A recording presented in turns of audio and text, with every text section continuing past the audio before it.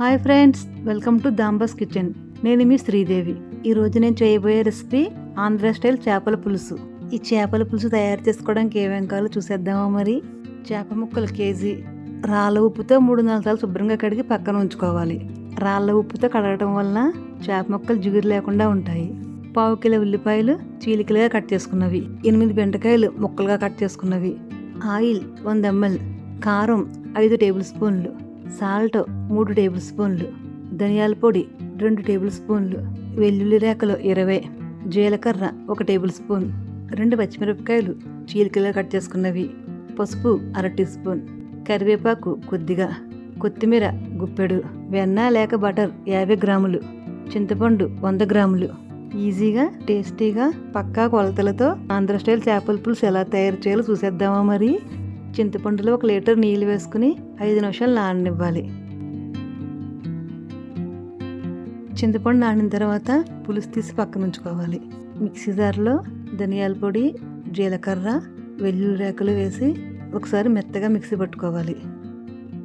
ఇప్పుడు మూత తీసి ఒకసారి బాగా కలిపి కొద్దిగా వాటర్ వేసి ఇవన్నీ మెత్తగా పేస్ట్గా అయ్యే వరకు మిక్సీ పట్టుకోవాలి.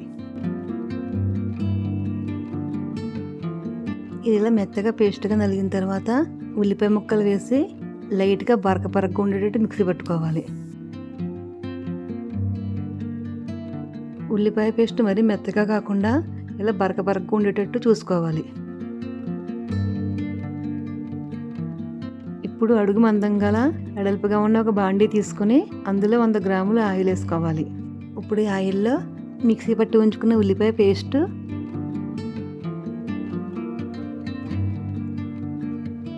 సాల్ట్, కారం, పసుపు, పచ్చిమిరపకాయ ముక్కలు, కొద్దిగా కొత్తిమీర వేసి ఇవన్నీ కలిసేటట్టు బాగా కలుపుకోవాలి.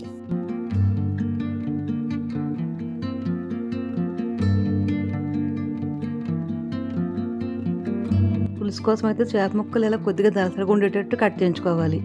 ఇప్పుడు చేప ముక్కలన్నింటినీ ఇలా ఒక్కొక్కటిగా పేర్చి మొత్తం మసాలా అంతా ముక్కలకు సమానంగా పట్టించాలి.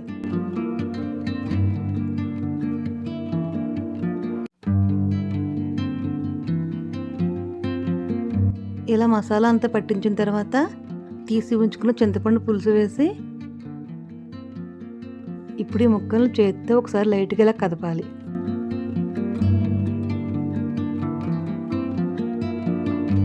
ఇప్పుడు స్టవ్ వెలిగించి హై ఫ్లేమ్లో మరుగు పట్టేంత వరకు మూత పెట్టి ఉడికించుకోవాలి.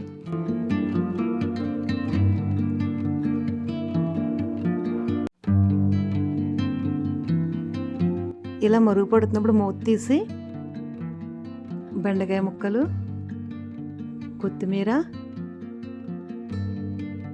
బటర్ వేసి గరిటె పెట్టకుండా చేతిలో తిప్పుతూ కలపాలి. ఇలా కలిపిన తర్వాత స్టవ్ లో ఫ్లేమ్లో ఉంచుకొని మూత పెట్టి 30 నుంచి 40 నిమిషాల వరకు ఉడికించుకోవాలి.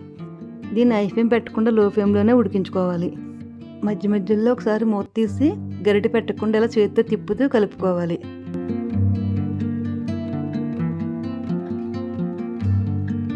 ముప్పై నిమిషాలు ఉడికిన తర్వాత ఒకసారి మూత తీసి ఉప్పు కారం చూసుకుని మనకు కావాల్సిన కన్సిస్టెన్సీ వచ్చే వరకు ఉడికించుకోవాలి.